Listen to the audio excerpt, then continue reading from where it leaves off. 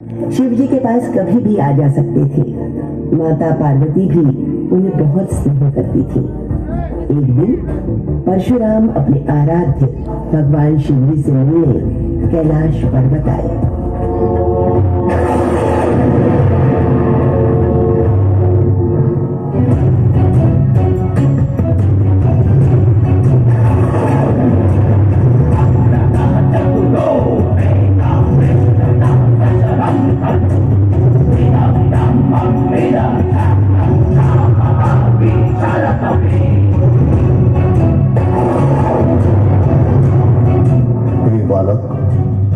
मुझे भीतर जाने दो। मुझे मेरे आराध्य मेरे प्रभु महादेव जी के दर्शन करने हैं। नहीं मानूंगा। अभी मैं आपको भीतर जाने की अनुमति नहीं दे सकता। क्या? क्यों नहीं? मुझे मेरे प्रभु महादेव जी से मिलने के लिए तुम्हारी अनुमति की आवश्यकता बिल्कुल नहीं है। हे ऋषिवर, शांत हो जाइए। माता पार्वती और महादेव जी एक विशेष पूजा में व्यस्त हैं, इसीलिए आपको प्रतीक्षा करनी होगी। हे बालक, मुझे जाने दो। मैं तो दूर से ही दर्शन करके चला जाऊंगा। रुक जाइए ऋषिवर, मैं बार बार आपसे विनती कर रहा हूँ, परंतु आप क्रोधवश इसे अस्वीकार कर रहे हैं। अगर आपने अपना हठ नहीं छोड़ा तो आपको मुझसे युद्ध करना होगा। ये बालक, तुम्हारा ये दुस्साहस कि तुम मुझसे युद्ध करना चाहते हो। अरे, मैंने कई बार इस परशु से क्षत्रियों का संहार किया है। और तू बालक मुझसे युद्ध करना चाहता है, मुझे आह्वान करता है। हाँ, मैं अपने माता पिता की आज्ञा का उल्लंघन नहीं कर सकता। ठीक है, जैसी तेरी इच्छा। ले, सह मेरा प्रहार।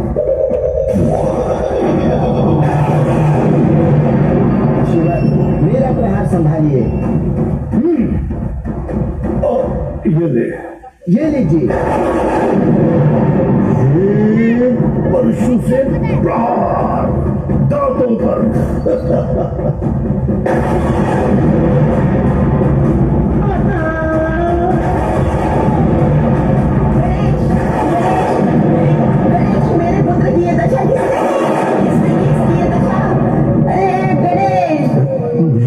क्षमा कीजिए माता, ये अपराध मुझसे हुआ है। पर क्यों?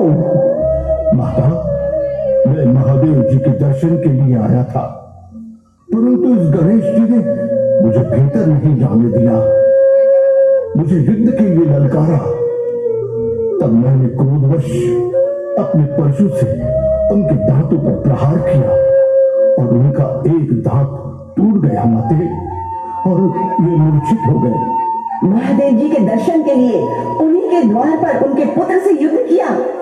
महादेव के शिष्य होने का इतना अहंकार। सभी के क्रोध का सामना मेरा पुत्र क्यों सहे? मुझे न्याय चाहिए, मुझे न्याय चाहिए। मैं तुम्हें दंडित करूंगी, दंडित।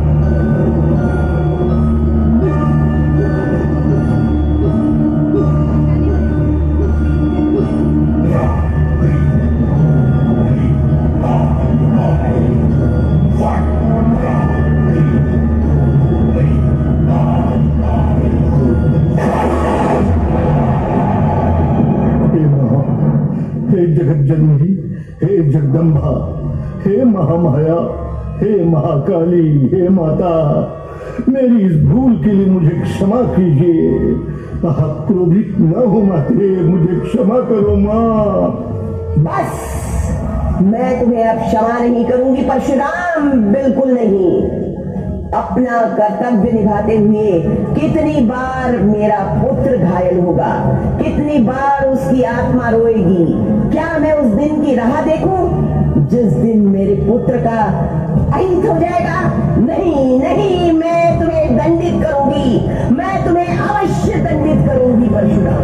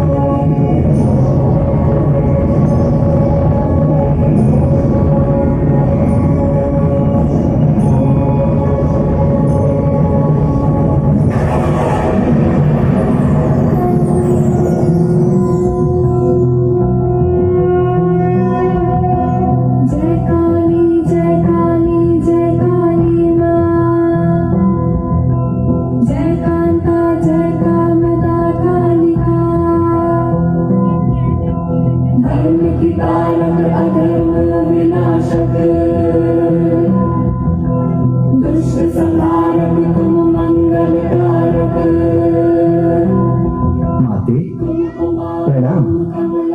क्या आपने मुझे पहचाना? अवश्य, ऋषि कश्यप और माता अदिति के पुत्र और नारायण के पंचम अवतार को कौन नहीं पहचानेगा। माता, शांत हो जाइए। गणेश जी की चेतना लौट आई है, वे स्वस्थ है। आज जो हुआ है इसमें गणेश जी का कल्याण ही छिपा है। कल्याण?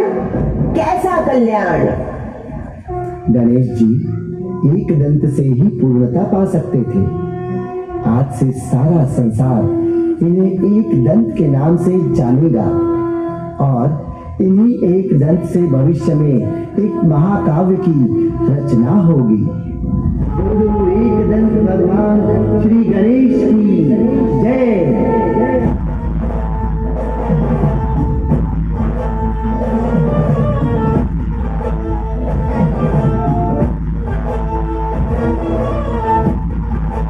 यह प्रस्तुति थी शारदीय नवरात्र दुर्गा उत्सव धनतोली कार्टून की। इस रोचक प्रसंग की परिकल्पना की है अमन जायसवाल, अनिमेश जायसवाल, हिमांशु जायसवाल,